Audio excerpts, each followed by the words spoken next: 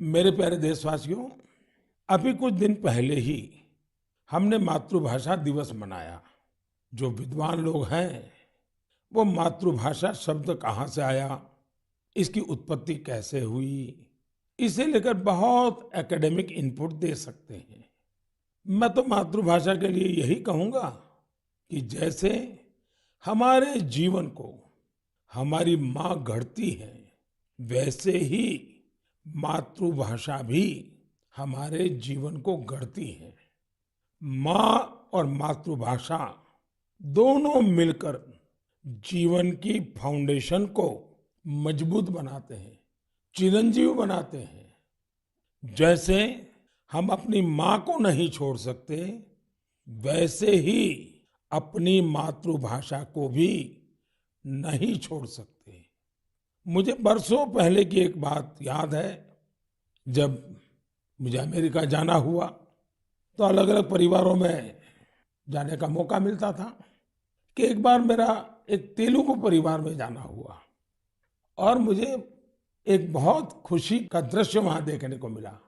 उन्होंने मुझे बताया कि हम लोगों ने परिवार में नियम बनाया है कि कितना ही काम क्यों न हो, लेकिन अगर हम शहर के बाहर नहीं है तो परिवार के सभी सदस्य डिनर टेबल पे बैठ के साथ में लेंगे। और दूसरा, डिनर के टेबल पे कंपलसरी हर कोई तेलुगु भाषा में ही बोलेगा। जो बच्चे वहां पैदा हुए थे उनके लिए भी ये नियम था। अपनी मातृभाषा के प्रति ये प्रेम देखकर इस परिवार से मैं बहुत प्रभावित हुआ था। साथियों, आजादी के 75 साल बाद भी कुछ लोग ऐसे मानसिक द्वंद में जी रहे हैं जिसके कारण उन्हें अपनी भाषा, अपने पहनावे, अपने खान पान को लेकर एक संकोच होता है, जबकि विश्व में कहीं और ऐसा नहीं है। हमारी मातृभाषा है, हमें उसे गर्व के साथ बोलना चाहिए। और हमारा भारत तो भाषाओं के मामले में इतना समृद्ध है कि उसकी तुलना ही नहीं हो सकती।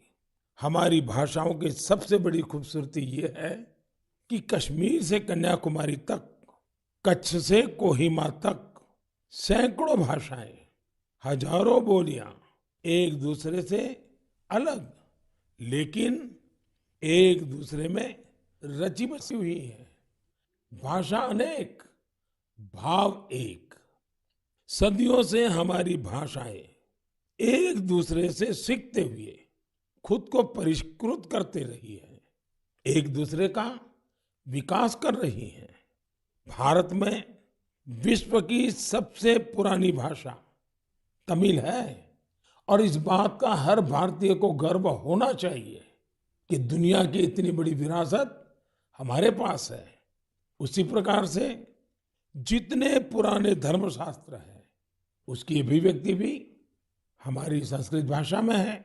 भारत के लोग करीब 121, यानी हमें गर्व होगा, 121 प्रकार की मातृभाषाओं से जुड़े हुए हैं। और इनमें 14 भाषाएं तो ऐसी हैं जो 1 करोड़ से भी ज्यादा लोग रोजमर्रा की जिंदगी में बोलते हैं। यानी जितनी कई यूरोपियन देशों की कुल जनसंख्या नहीं है, उससे ज्यादा लोग हमारे यहाँ अलग अलग 14 भाषाओं से जुड़े हुए हैं।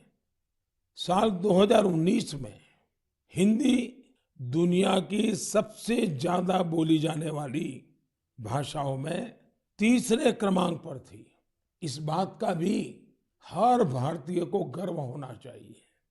भाषा केवल अभिव्यक्ति का ही माध्यम नहीं है, बल्कि भाषा समाज की संस्कृति और विरासत को भी सहेजने का काम करती है। अपनी भाषा की विरासत को सहेजने का ऐसा ही काम सूरीनाम में सुरजन परोही जी कर रहे हैं।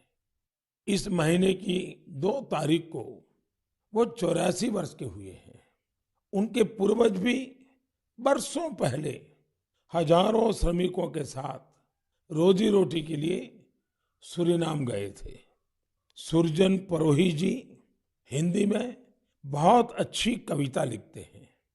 वहाँ के राष्ट्रीय कवियों में उनका नाम लिया जाता है। यानी आज भी उनके दिल में हिंदुस्तान धड़कता है। उनके कार्यों में हिंदुस्तानी मिट्टी की महक है।